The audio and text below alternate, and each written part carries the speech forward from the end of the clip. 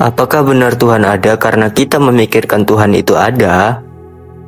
A History of God, buku yang ditulis oleh Karen Armstrong, mengajukan sebuah argumen yang secara fundamental menantang pemahaman umum tentang Tuhan. Teman-teman, hari ini kita akan bahas bagaimana awal mula Tuhan bisa ada. Dan seperti biasa, siapkan pikirannya dan siapkan imannya.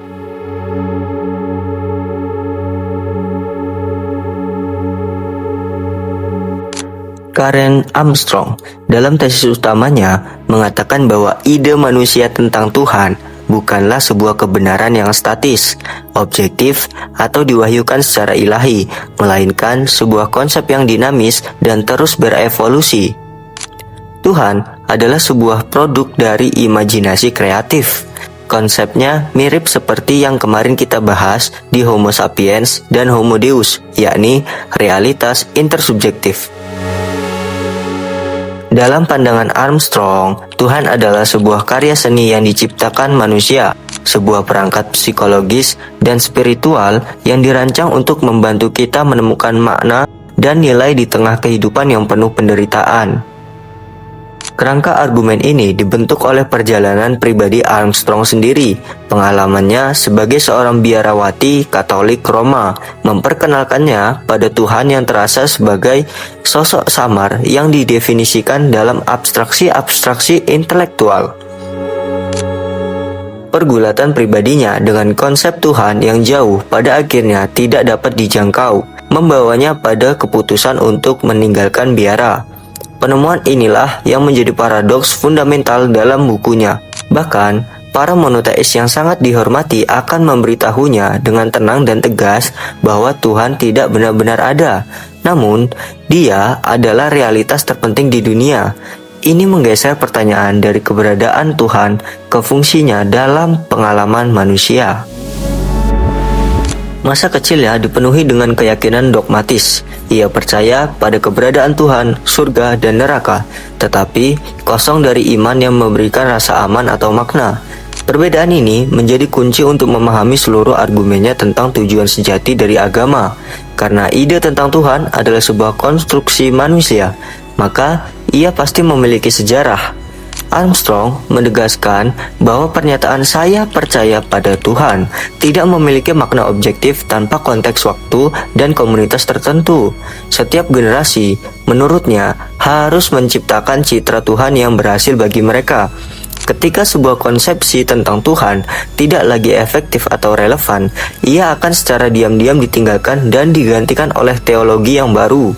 Dengan demikian, Tuhan dalam analisis Armstrong dapat dipahami bukan sebagai entitas yang keberadaannya perlu dibuktikan atau disangkal, melainkan sebagai sebuah teknologi makna. Manusia sebagai homo religiosus atau makhluk spiritual secara inheren adalah makhluk pencari makna.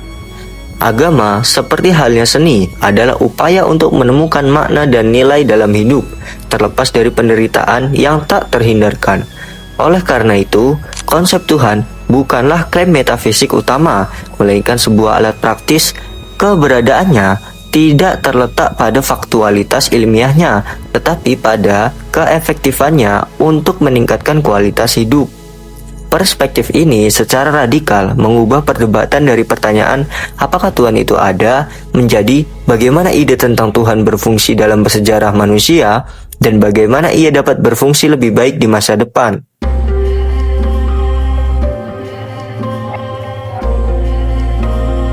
Armstrong berpendapat bahwa krisis spiritual modern berakar pada sebuah eksperimen historis yang unik. Budaya sekuler modern adalah eksperimen yang sepenuhnya baru, yang belum pernah terjadi sebelumnya dalam sejarah manusia. Eksperimen ini telah meninggikan pemikiran rasional, logis, dan ilmiah, sambil meremehkan dan menyingkirkan mitos sebagai sesuatu yang primitif dan keliru. Akibatnya, terciptalah sebuah lubang berbentuk Tuhan atau yang disebut sebagai God-shaped hole dalam jiwa modern yang menyebabkan kekosongan spiritual dan keputusasaan eksistensial. Kekosongan ini tidak dibiarkan kosong. Armstrong mengidentifikasi fundamentalisme bukan sebagai sisa-sisa masa lalu, melainkan sebagai fenomena yang pada dasarnya modern. Fundamentalisme muncul sebagai reaksi perlawanan terhadap sekularisme. Ia adalah sebuah kesolehan militan yang mencoba melawan sekularisme dengan menggunakan senjatanya, yakni pemikiran ilmiah. Kaum fundamentalis secara keliru menerapkan pemikiran ilmiah pada ranah mitos. Mereka membaca kitab suci bukan sebagai mitologi yang menunjuk pada kebenaran abadi, tetapi sebagai buku teks ilmiah atau sejarah. Kesalahan kategori ini tak pelak lagi mengarah pada intoleransi, kekerasan, dan pengkhianatan terhadap inti ajaran agama yang penuh kasih. Masalah terkait lainnya adalah konsepsi modern barat tentang Tuhan yang personal. Armstrong memperingatkan bahwa konsep ini dapat menjadi beban yang serius. Tuhan yang personal seringkali menjadi sekedar proyeksi dari keterbatasan, ketakutan, dan prasangka kita sendiri. Bagi Armstrong, Tuhan yang antropomorfik atau mirip manusia ini dapat dengan mudah dimanfaatkan untuk melegitimasi tribalisme, rasisme, dan nasionalisme, alih-alih mendorong kita untuk melampaui batas-batas tersebut. Solusi yang ditawarkan Armstrong bukanlah kembali ke pandangan dunia pramodern, melainkan keterlibatan kembali secara sadar dengan sejarah kita. Kita harus memahami fungsi yang berbeda dari mitos dan pemikiran ilmiah serta tradisi agama dengan tepat. Kita harus terlibat dalam sebuah alkimia etis, atau dalam bahasa kerennya ethical alchemy, di mana pemahaman kita tentang yang ilahi pada akhirnya membuat kita lebih berbelas kasih. Fundamentalisme dalam kerangka ini bukanlah sebuah kebangkitan tradisi kuno, melainkan sebuah patologi yang khas modern. Agama pramodern mampu menyeimbangkan mitos dan pemikiran ilmiah. Namun, modernitas yang mengagungkan pemikiran ilmiah dan merendahkan mitos menciptakan krisis makna. Fundamentalisme adalah respon terhadap krisis ini. Akan tetapi, karena telah kehilangan apresiasi pramodern terhadap mitos, kaum fundamentalis mencoba membela agama dengan menggunakan perangkat pemikiran ilmiah. Mereka bersikeras pada faktualitas ilmiah atau historis dari mitos-mitos mereka. Ini adalah sebuah kesalahan kategori fundamental. Oleh karena itu, fundamentalisme bukanlah kelanjutan dari tradisi, melainkan pemberontakan modern terhadap apa yang dianggap sebagai ketiadaan makna dalam sekularisme modern, dengan menggunakan alat-alat modernitas yang cacat. Hal ini menjelaskan mengapa gerakan ini seringkali begitu kaku, rasionalistik, dengan caranya sendiri, dan penuh kekerasan.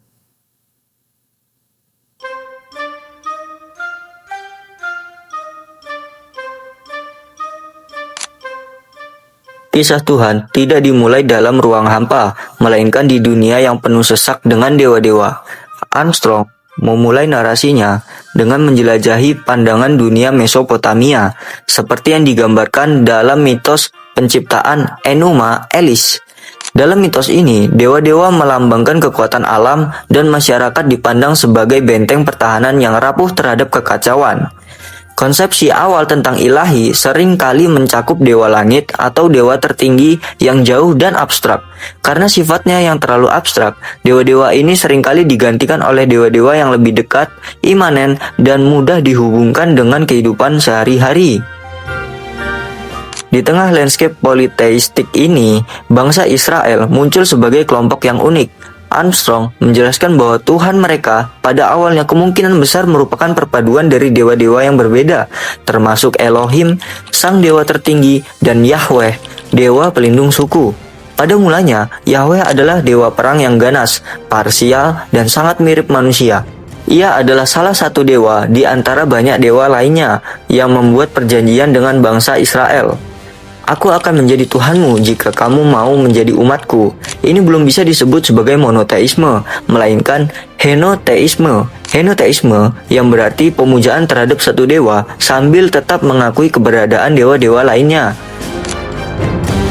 Inovasi krusial dari bangsa Israel adalah awal persepsi mereka tentang Tuhan yang tidak bertindak dalam siklus alam yang berulang, tetapi dalam peristiwa-peristiwa sejarah yang unik dan tidak dapat diulang, terutama peristiwa Exodus atau keluarnya bangsa Israel dari Mesir. Hal ini menjadikan Tuhan mereka sangat personal dan terlibat secara mendalam dalam nasib mereka, sebuah konsep yang membedakan mereka dari budaya-budaya tetangga mereka.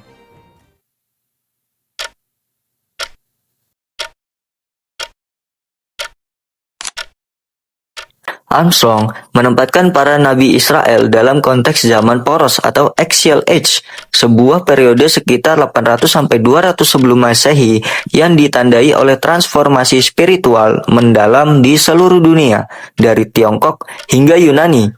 Di Israel, para nabi memimpin sebuah revolusi dalam pemahaman tentang Tuhan.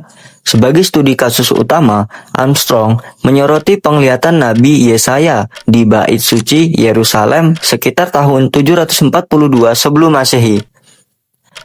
Pengalaman mistis ini secara dramatis mengubah citra Yahweh. Dalam penglihatan Yesaya, Yahweh bukan lagi sekedar dewa pelindung Israel. Ia adalah sosok dengan keagungan yang menakutkan, yang kemuliaannya memenuhi seluruh bumi. Pengalaman akan transendensi ilahi ini membuat Yesaya merasa kerdil, tidak layak dan penuh dosa. Dari pengalaman transendensi inilah lahir sebuah lompatan etis yang radikal. Para nabi seperti Yesaya, Amos, dan Hosea menempa hubungan yang tak terpisahkan antara agama dan keadilan sosial. Mereka mengutuk ibadah yang dangkal dan ritualistik, serta struktur sosial yang korup dan menindas. Menurut mereka, ibadah sejati kepada Tuhan yang baru dan transenden ini menuntut belas kasih, keadilan bagi kaum miskin, dan kepedulian terhadap mereka yang tertindas. Ini adalah sebuah revolusi etis yang luar biasa. Tuhan tidak lagi menjadi proyeksi dari keinginan suku untuk meraih kemenangan dalam perang. Ia telah menjadi proyeksi dari aspirasi etis tertinggi umat manusia.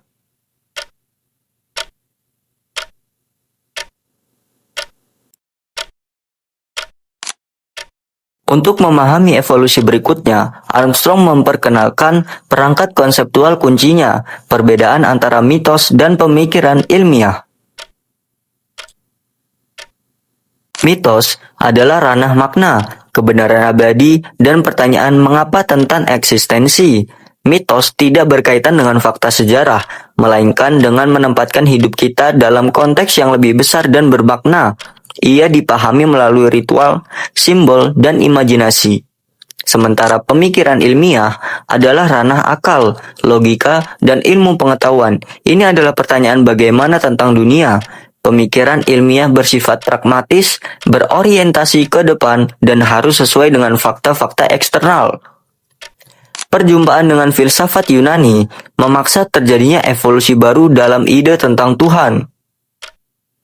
Para filsuf seperti Plato dan Aristoteles membayangkan Tuhan sebagai penggerak yang tak bergerak atau unmoved mover, sebuah abstraksi murni yang sama sekali tidak personal dan jauh.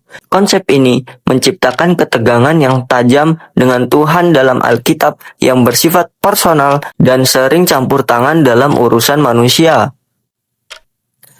Para pemikir Yahudi dan kemudian Kristen serta Muslim berusaha mendamaikan kedua visi ini. Salah satu solusi yang paling berpengaruh adalah jalan negatif. Para pemikir seperti filsuf Yahudi abad pertengahan, Maimonides, berpendapat bahwa kita tidak dapat mengatakan apakah Tuhan itu, karena hal ini akan membatasinya dalam kategori-kategori manusia. Kita hanya bisa mengatakan apakah Tuhan itu tidak terbatas.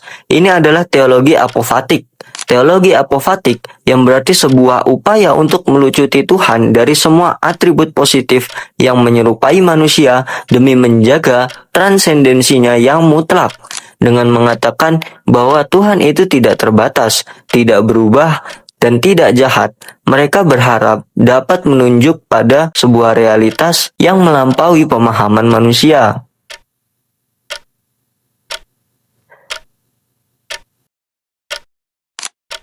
Kekristenan, menurut Armstrong, melakukan sebuah langkah baru yang radikal.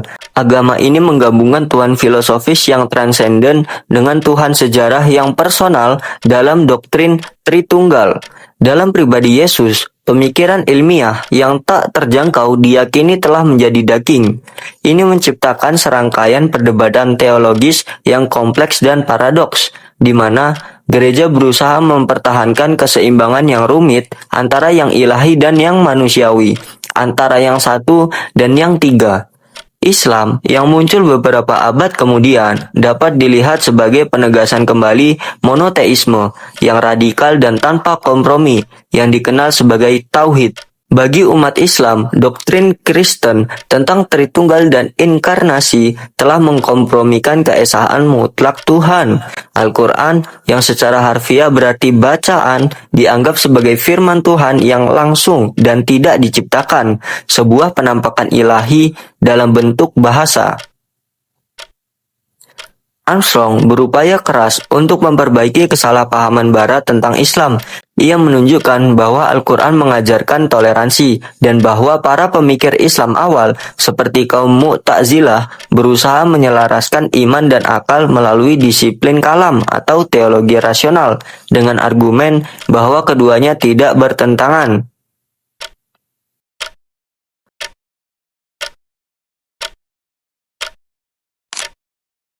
Dalam ketiga agama monoteistik, sebuah tradisi mistik muncul sebagai respon atau koreksi terhadap Tuhan yang telah menjadi terlalu legalistik, terlalu jauh, atau terlalu rasional. Mistisme, menurut Armstrong, adalah pencarian akan pengetahuan langsung dan pengalaman tentang ilahi yang melampaui batas-batas intelektual. Praktik inti para mistikus adalah kenosis atau pengosongan diri.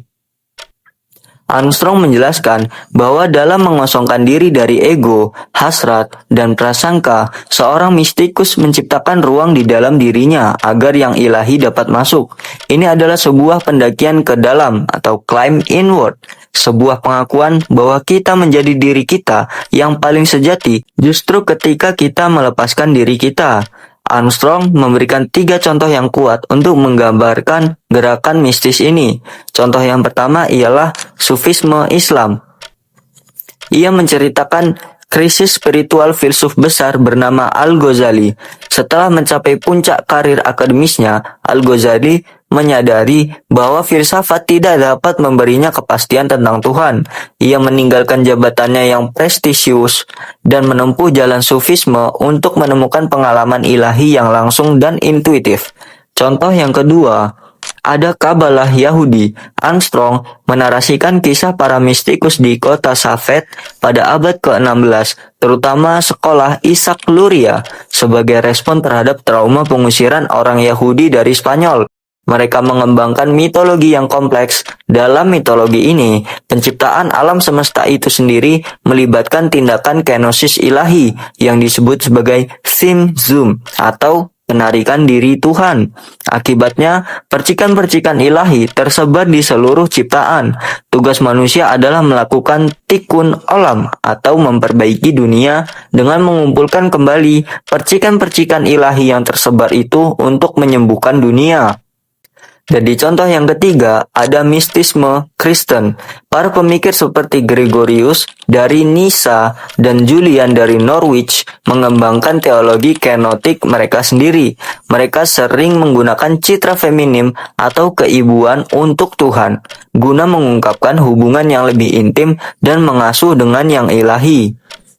Ketiga gerakan mistik ini bukanlah sebuah penyimpangan, melainkan sebuah koreksi yang berulang dan diperlukan dalam tradisi monoteistik.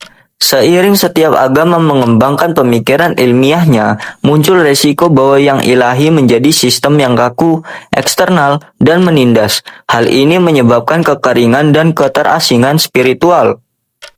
Para mistiskus di ketiga agama merespons dengan menekankan kembali mitos dan pengalaman langsung. Mereka berbalik ke dalam menggunakan teologi negatif dan mencari keadaan bersatu dengan Tuhan yang berada di luar konsep.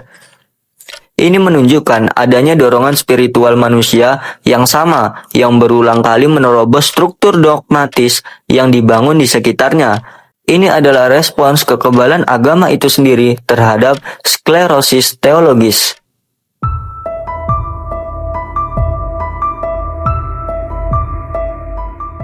Revolusi ilmiah, terutama teori evolusi Darwin, tampaknya menyingkirkan peran utama Tuhan sebagai pencipta. Pada saat yang sama, studi kritis historis terhadap Alkitab menunjukkan bahwa teks-teks suci adalah dokumen manusia yang ditulis selama periode waktu yang panjang, bukan firman Tuhan yang turun secara literal. Kritik filosofis dari para pemikir seperti Nietzsche, Marx, dan Freud semakin membuat Tuhan tampak tidak relevan dan tidak dapat dipercaya. Nietzsche secara terkenal mengumumkan kematian Tuhan, menyatakan bahwa fondasi moral dan makna peradaban barat telah runtuh. Kengerian abad ke-20, khususnya Holocaust, menjadi pukulan telak bagi teologi tradisional. Gagasan tentang Tuhan yang maha baik dan maha kuasa menjadi sulit dipertahankan di hadapan penderitaan yang begitu dahsyat. Beberapa teolog berpendapat bahwa setelah Auschwitz, ide-ide lama tentang Tuhan tidak lagi dapat dipertahankan secara etis. Di tengah keruntuhan ini, humanisme liberal barat muncul sebagai agama tanpa Tuhan. Humanisme menyediakan kerangka etis dan disiplinnya sendiri untuk menemukan makna dalam kehidupan yang berpusat pada martabat dan potensi manusia, bukan pada entitas ilahi.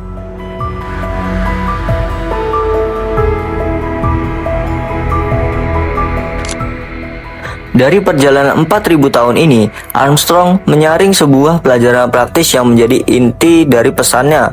Nilai dari setiap gagasan tentang Tuhan bukanlah pada koherensi filosofisnya, melainkan pada buah etis yang dihasilkannya. Teologi yang baik adalah sebuah alkimia etis.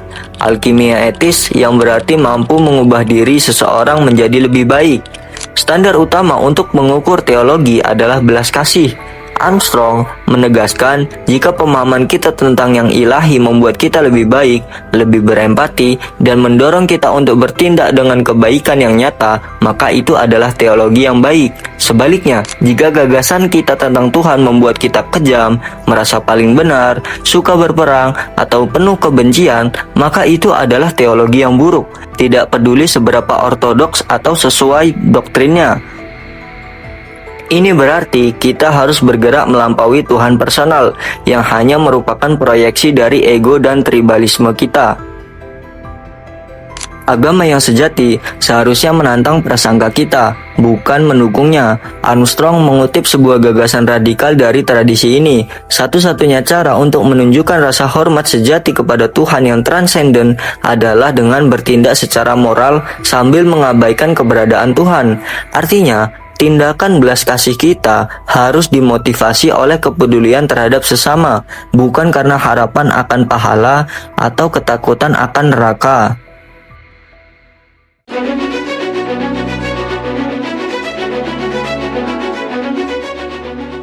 Armstrong kembali ke premis awalnya. Manusia adalah makhluk pencari makna yang tidak tahan dengan kekosongan eksistensial. Sekularisme kita adalah sebuah eksperimen baru yang hasilnya belum teruji. Bahkan jika Tuhan konvensional telah mati, bagi banyak orang, kita pasti akan menciptakan simbol-simbol baru dan fokus makna yang baru. Oleh karena itu, sejarah Tuhan adalah sejarah reinterpretasi dan penciptaan yang terus-menerus. Armstrong mengajak kita untuk harus secara sadar menciptakan citra Tuhan yang berhasil bagi kita. Ini bukanlah ajakan menuju ateisme, melainkan ajakan untuk melakukan pekerjaan teologis dan simbolis yang sadar, kreatif, dan bertanggung jawab. Visi baru tentang Tuhan ini, menurutnya, haruslah visi yang menumbuhkan belas kasih global, melampaui loyalitas kesukuan dan nasional, serta membantu kita melihat yang sakral dalam diri sesama manusia dan di alam. Kita harus belajar dari pencarian selama 4000 tahun ini. Sejarah Tuhan belum berakhir, ia adalah sebuah tugas yang kini jatuh ke tangan kita. Kesimpulan Armstrong bukanlah sebuah seruan untuk kembali ke tradisi secara naif, bukan pula sebuah dukungan penuh terhadap ateisme. Ini adalah jalan ketiga yang sangat pragmatis dan penuh harapan.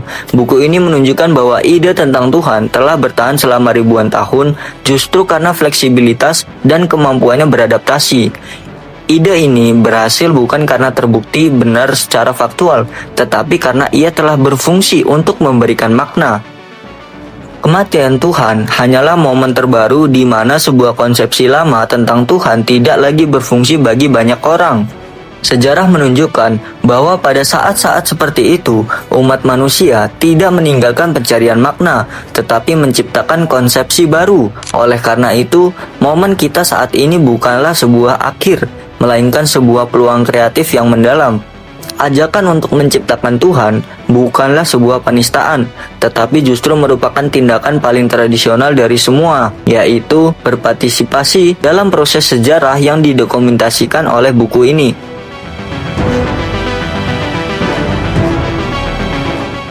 Begitulah pembahasan kita tentang sejarah Tuhan yang ada di dalam buku The History of God. Menurut kalian gimana teman-teman? Apakah kalian mau ikut buat Tuhan baru? Atau kalian tetap mau menyembah Tuhan yang ada sesuai di agama KTP kalian? Kalau gua sih tetap sembah Tuhan yang ada di KTP gua ya. Silahkan direnungkan kembali. Sampai jumpa di video selanjutnya. Gua Surya, dan seperti layaknya sang surya, gua akan terus menerangi cahaya di tempat yang gelap, dan segelap-gelapnya tempat adalah ketidaktahuan.